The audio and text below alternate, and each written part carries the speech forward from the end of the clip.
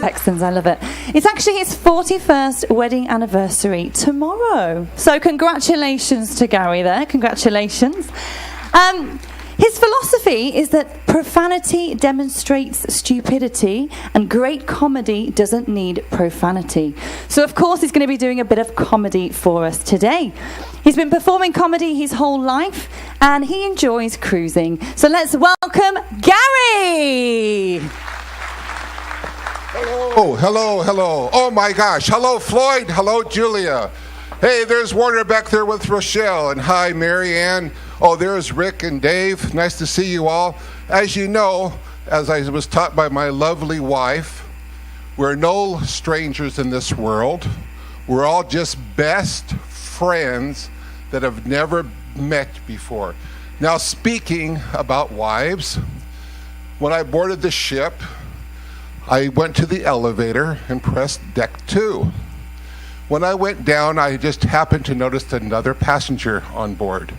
And she was going to the exact same deck I was going to. Well, she had her bag in her hand because we had to wait till 1 o'clock, of course, to go to our stateroom. And she took the bag and she walked a few steps ahead of me because of my sore knee here. And she opened 2014, opened the door, looked inside. Immediately, she turned around, walked back to the elevator, pressed number 8.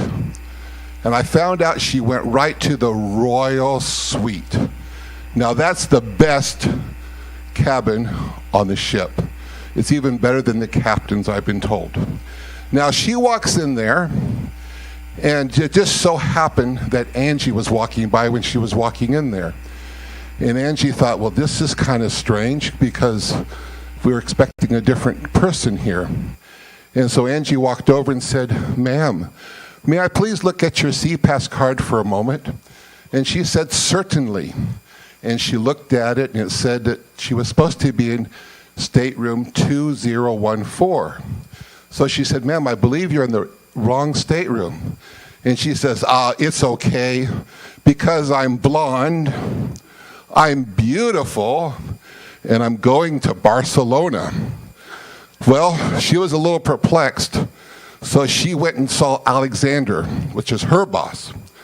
And Alexander was told what happened, and he said, okay, I'll put on my official hat and my coat, and I'll take care of this situation. I'm in charge anyway, right? So he goes to the stateroom and asks the lady, may I please see your SeaPass card? And the same thing happens to him.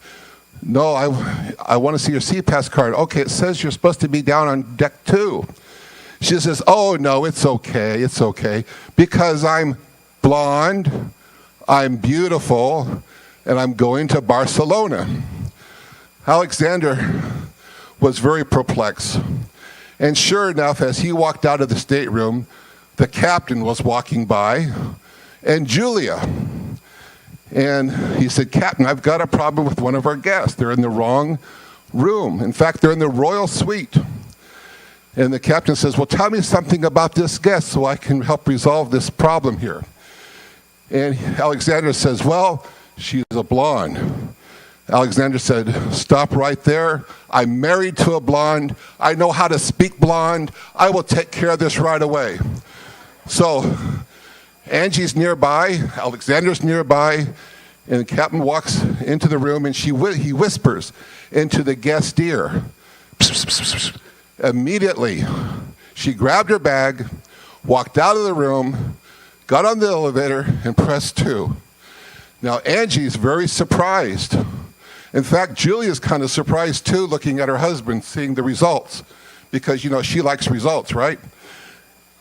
And so finally, Alexander said, Captain, what did you say to the guest to resolve this? He said, Royal Suite is going to Lisbon.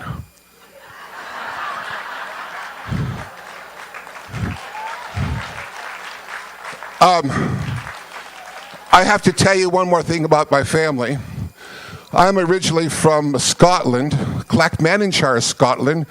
And sometimes people from Scotland and England speak with a bit of a heavy accent. And it's kind of hard to understand, but we all know what a wee loch is. It's a small loch. It's a small body of water. And a wee hug is a wee small hug. Well, one day, my great-grandfather, his name is Thomas, and that's his real name. He was working one day while he was single, and Hannah came by. And Hannah said, how about Saturday, we go to the wee loch and have a wee picnic? And Thomas said, I think that'll be fine. Saturday, have a wee picnic at the loch. So Saturday came, and they get to the picnic, and Hannah's made some fried chicken, some potato salad, some apple pie, and they had a wonderful time at the romantic wee loch there near Clackmannanshire. And after the food was all over with, Hannah leans over to Thomas, kind of whispers in his ear a little bit and says, Thomas, a penny for your thoughts. Thomas thought for a moment and says, well, I've been thinking maybe I can have a wee snuggle. So Hannah blushes and she leans over and gives Thomas a wee snuggle. Some time passes and it's very romantic. Hannah, a second time, leans over to Thomas and says, Thomas, a penny for your thoughts. Thomas looked a little perplexed, but he finally said, well, I've been thinking maybe we could hold hands. So Hannah blushes and reaches over and holds Thomas's hand by the romantic loch that evening. And some more time passes, of course, and a third time, Hannah leans over to Thomas. This time she says the same thing. Thomas, a penny for your thoughts. Well, he began to look a little bit more perplexed, but he answered her. He said, I've been thinking, maybe I could have a wee kiss. So Hannah blushes, leans over and gives Thomas a wee kiss at the loch. Well, some more time, of course, has passed. And all of a sudden, Hannah says, a fourth time, Thomas, a penny for your thoughts? Oh my gosh, Thomas is looking more perplexed than ever. And he says, well, I've been thinking about those 3 pennies that you owe me. Thank you, ladies and gentlemen. It's been a pleasure talking to you. And if you ever see a magic $1 bill, I know somebody who has a magic $1 bill. She was, within the first 3 months, she was announced Ship of the Month in March 1999, believe it or not, with the wording saying that new technologies and design approaches made it possible to increase the size of staterooms.